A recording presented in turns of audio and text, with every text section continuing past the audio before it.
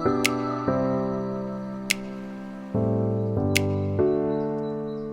दोस्तों, the art talk में आपका वेलकम है।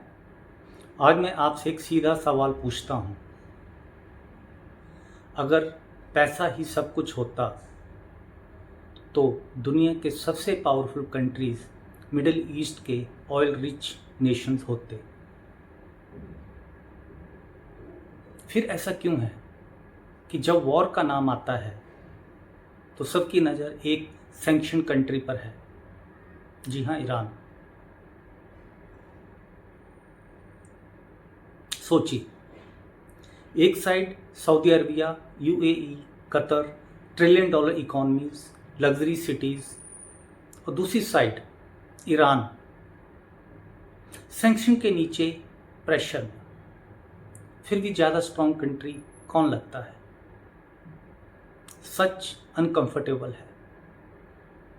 पैसा और पावर सेम चीज़ नहीं होते।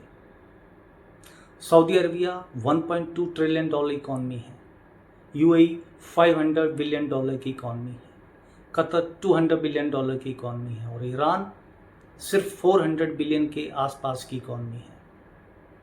तो फिर इक्वेशन सिंपल होनी चाहिए थी। गल्फ जीतेगा, ईरान हारेगा। लेकिन ग्राउंड रियलिटी उल्टा क्यों दिखती है?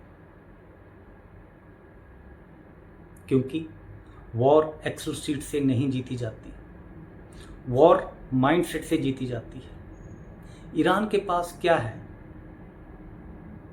अप्रॉक्सीमेटली 600 सोल्जर्स, मिसाइल्स, ड्रोन्स, और सबसे डेंजरस चीज सर्वाइवल की आदत।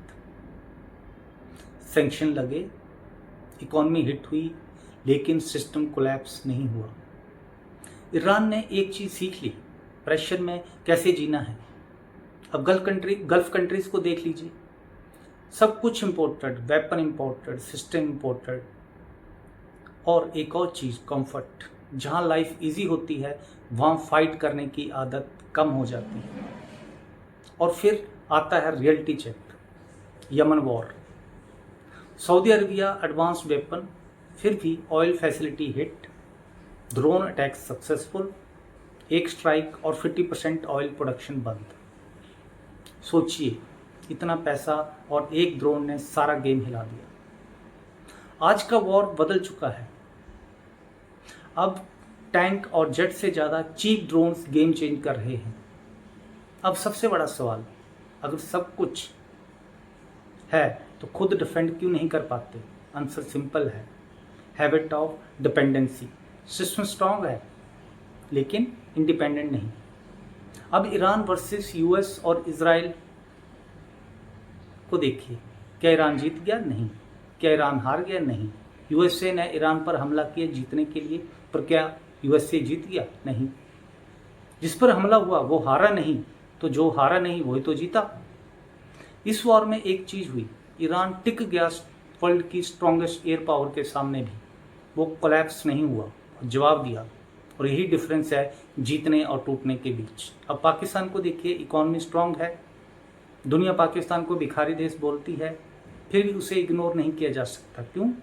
क्योंकि मिलिट्री स्ट्रांग है, न्यूक्लियर पावर है, और जियोपॉलिटिक्स का एक रूल है, जो खुद को डिफेंड कर सकता है उसकी वैल्यू ऑटोमेटिकली बढ़ जाती है।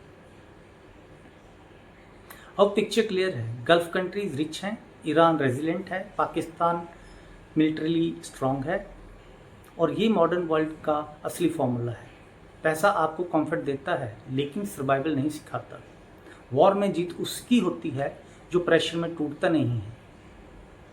तो अब आप बताएं, फ्यूचर वॉर का विनर कौन होगा? रिच नेशंस या रेजिलेंट नेशंस? कमेंट में लिखिए।